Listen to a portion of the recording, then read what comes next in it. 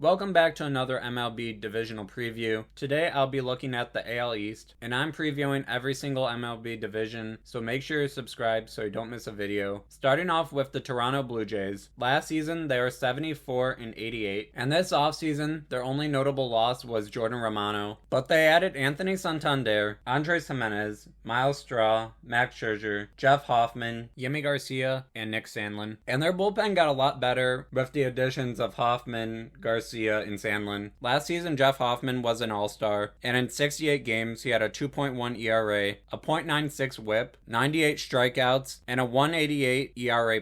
And Nick Sandlin is another great reliever they got in the Andres Gimenez trade. And in his 4 years with Cleveland, he pitched 209 games and had a combined 3.27 ERA, a 1.1 whip, and 223 strikeouts. Then with Andres Gimenez, he's arguably the best defensive player in the MLB. He's won Gold Glove at second base 3 years in a row, and he's also won a Platinum Glove. But his offense just hasn't been the same as 2022, the last 2 seasons. In that 2022 season, he was an all-star and came in 6th place for MVP, and had 26 doubles, 17 home runs, and batted .297. But in the last 2 seasons, his offense has gotten worse each year. But he can consistently put up 20 doubles, somewhere around 10 to 15 home runs, and bat .250. And he'll also steal around 30 bases. But with his defense, he's going to be around a 4 to 5 WAR player each year. Then with Anthony Santander, last season he was a first-time All-Star, and he hit a career-high 44 home runs and had 102 RBIs. So this is a major upgrade to their offense. And Myles Straw will be an okay backup center fielder. He's great on defense, but he's horrible on offense. Overall, the Blue Jays have a better roster than they did last season. Their lineup got better, and their bullpen got a lot better, but they're also in one of the best divisions. Depending on how Bo Bichette plays, and if Vladimir Guerrero Jr. plays like an MVP again, I think they could be close to a playoff team. Their over-under this season is just 78.5, and I'm taking the over. Then the Tampa Bay Rays. Last season, they were 80-82, and didn't really lose anyone over the offseason, but they added Danny Jansen, Alex Faedo, Ha-Seong Kim, and they're getting Shane McClanahan back from Tommy John surgery. This is a massive boost for their team since they're getting their ace back. The last 2 seasons he's pitched, he was an all-star each season, and back in 2023, he had a 3.2 ERA in 21 starts with 121 strikeouts and an ERA plus of 128. And if he's healthy this season, he could definitely be a Cy Young candidate. Then with Danny Jansen, they're getting a pretty good offensive catcher. He did have a down season last year, only hitting 9 home runs and batting .205. But normally he's going to put up around 15 doubles and 15 home runs and drive in around 40 to 50 runs. Then the addition of Ha-Seong Kim, I like a lot. He can play shortstop, second base, or third base. He's going to put up around 20 doubles and around 15 home runs, while also driving in around 60 runs. And in 2023, he even had 38 stolen bases. Then they're going to have Junior Caminero for this entire season, and he's another big name prospect. And last season in the majors, he played 43 games, batting .248 with 9 doubles and 6 home runs. And he's only going to be 21 this season.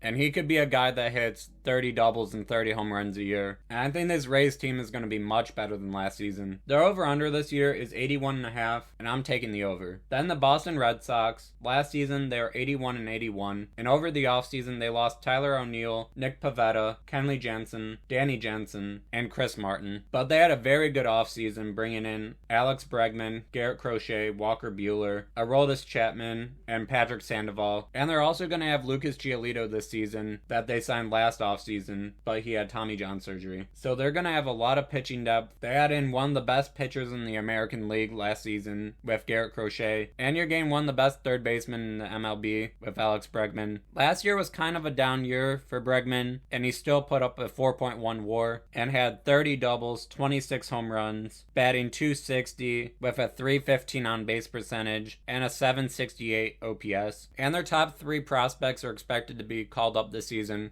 with Roman Anthony, Christian Campbell, and Marcelo Meyer. Their over-under this season is 86.5, and I'm taking the over, and I think they have a good shot at winning the division this season. Then the Baltimore Orioles. Last season, they were 91-71, and this offseason they lost Corbin Burns and Anthony Santander, but they added Tyler O'Neill, Gary Sanchez, Charlie Morton, and Tomoyuki Sagano. With losing Burns and Santander, that's 2 massive hits to this roster. Burns is one of the best pitchers in the MLB. He came in 5th place for Cy Young last year, and they're losing a guy that made 32 starts last year, had 15 wins with a 2.9 ERA and 181 strikeouts, and they didn't replace him with anyone near his caliber. They brought in Charlie Morton, and he's 41, but he's still a solid starter. He'll give you around 160 to 180 innings, but he's still going to have around a high 3 ERA or a low 4. Then they also brought in Tomoyuki Sugano from Japan, but he's also 35. But in Japan, he's been a great pitcher. Over his 12-season career in Japan, he's pitched 1,800 innings with a career 2.4 ERA and just under 1,600 strikeouts. But even though their rotation got worse, their lineup is basically the same, with Gunnar Henderson, Adley Rutschman, Cedric Mullins, Jordan Westburg, Colton Cowser. They added Tyler O'Neill. Then they also have Ryan O'Hearn,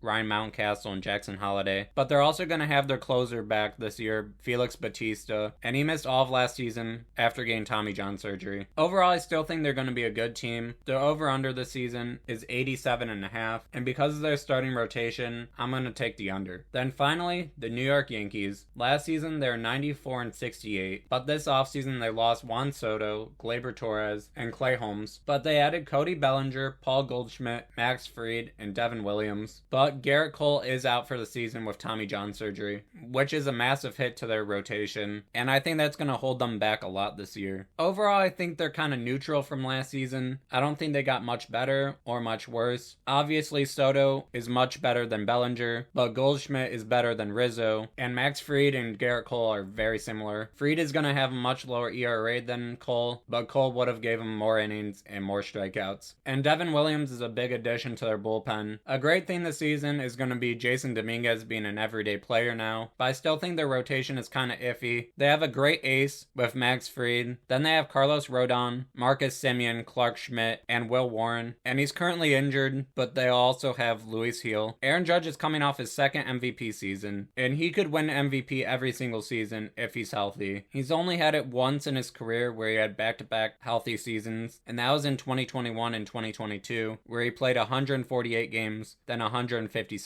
Obviously, Judge is one of the most fun players to watch in the MLB, but if we're going off of his career trends, he's probably going to miss around 50 games this year. But even if he's mostly healthy this year, their pitching staff concerns me. Their over-under is 89.5. I'm taking the under. Thank you so much for watching. If you enjoyed this video, please leave a like and subscribe. Goodbye.